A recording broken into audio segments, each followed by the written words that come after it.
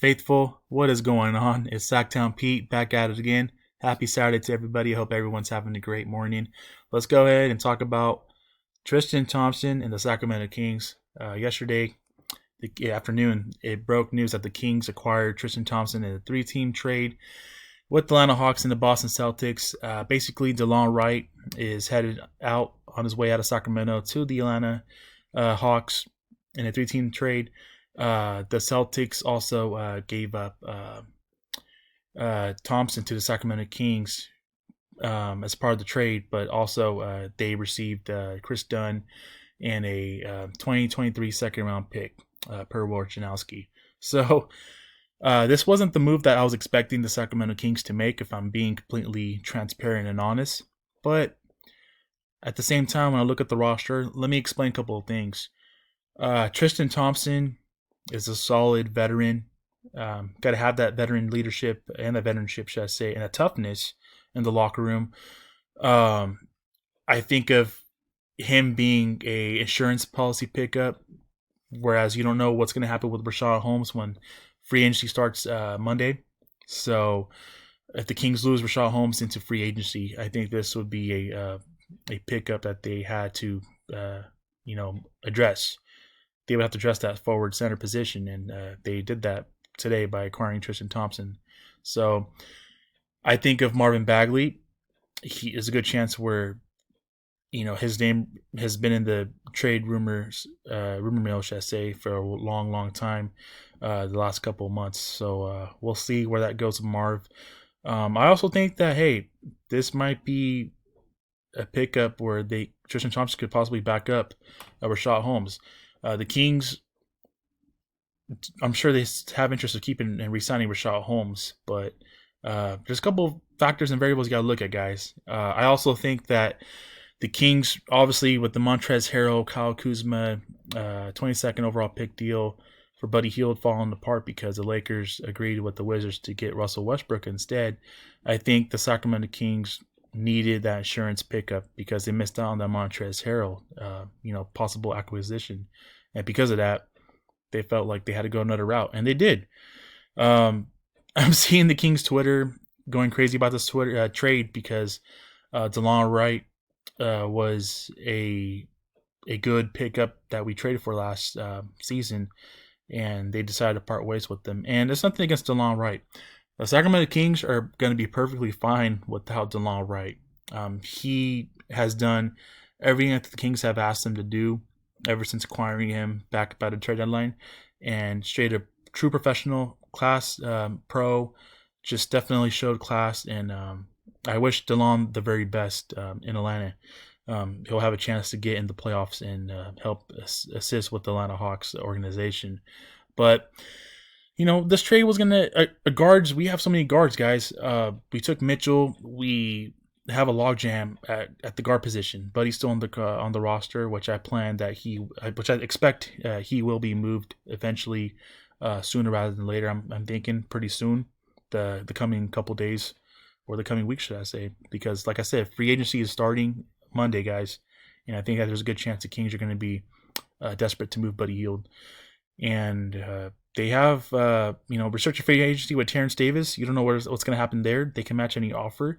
There's a good chance where I think Terrence Davis will be back, but then again, we'll just have to wait and see how it pans out. So this trade benefits the Kings a lot. You clear a guard. You got to find time and balance the minutes between the three guard lineups of Fox, Halliburton, and Mitchell, whether they're starting or whether Mitchell's coming off the bench.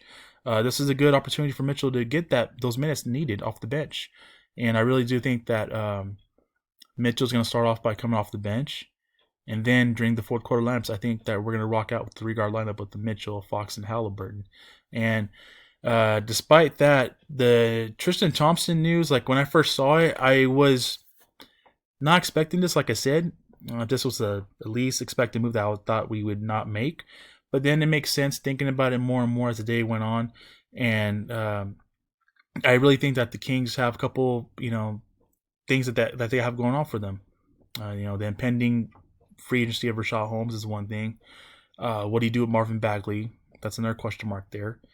and they missed out on Montrezl Harrell. That deal fell apart because Trez and Kuz are going to the Wizards for Westbrook, and the Kings needed a quality big man and assurance pickup. So Tristan Thompson does have 1 year left on his contract. He will be a unrestricted free agent after the season, so I wouldn't mind hanging on to him. But hey, maybe there might be another trade in the works where they might include Tristan Thompson, whether he comes here or not. They might include him and they might package him in another trade.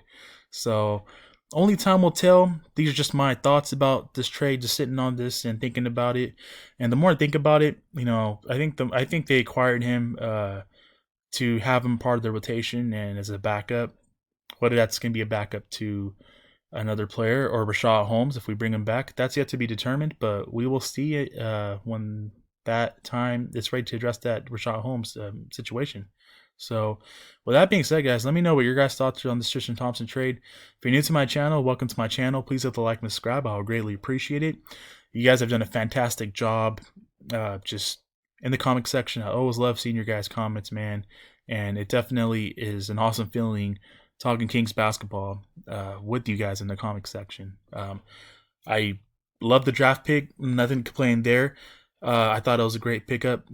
Monty's draft board, they took the best player available according to him, and they felt like he is going to be ready to make an impact right away. And it's great to hear that from Monty McNair. I enjoyed his press conference. I thought he did a fantastic job of handling questions, and he also mentioned that the second round draft pick from Utah State. I don't want to butcher his name, but he is a 7'4" center. He played at Utah State, and I should have talked about this yesterday, and I didn't get a chance to talk about it, but I'm talking about it today, and I feel like he's going to be a good addition to the team as well. He's a project, but I think interior defense is always a plus. We saw it with Hassan Whiteside last season, and I think that the 39th pick, don't want to butcher his name, but he's Portuguese, so the Portuguese sensation from Utah State, 39th pick, I think he's going to be a great addition to the team and someone that we can grow with and help develop. It's going to be good for this organization moving forward. So I'm going to try to pronounce his name. If I butcher this up, my apologies. So Neemias Keita is the 39th pick made by the Sacramento Kings in the second round. The 7'4" center out of Utah State. So he went on to average about 14 points, 10 rebounds a game, and he had about 3.5 blocks a game as well, which is really fantastic. So the more I think about the draft from yesterday, the more I like it, man. We drafted the best on-ball defender on the perimeter, and we drafted the best interior defender inside the interior. So Monty McNair is not playing games, guys. He has addressed the defensive issues that the Sacramento Kings had all season last year. And I think with these two additions from the draft and with the Tristan Thompson, I mean, like I said, Tristan Thompson is a good, serviceable big man. He can rebound the ball. I think he will help the Sacramento Kings rebounding department a lot, considering the fact that he averaged 8 boards in just like 22, 23 minutes a game last season. And he's a good screen setter too. He can set screens. And I just like his veteranship. He's been in the game for a while now. He's an NBA world champion. If you guys didn't know, he won with LeBron James and Kyrie Irving back in the 2016 NBA Finals against the Warriors when they were all on the Cleveland Cavaliers. So with that being said, let me know your guys' thoughts, guys. I really do appreciate you guys tuning in. Thank you so much again. I hope you guys have a wonderful Saturday. Take care. God bless. Keep pushing forward, and I will catch you guys in my next video. Peace.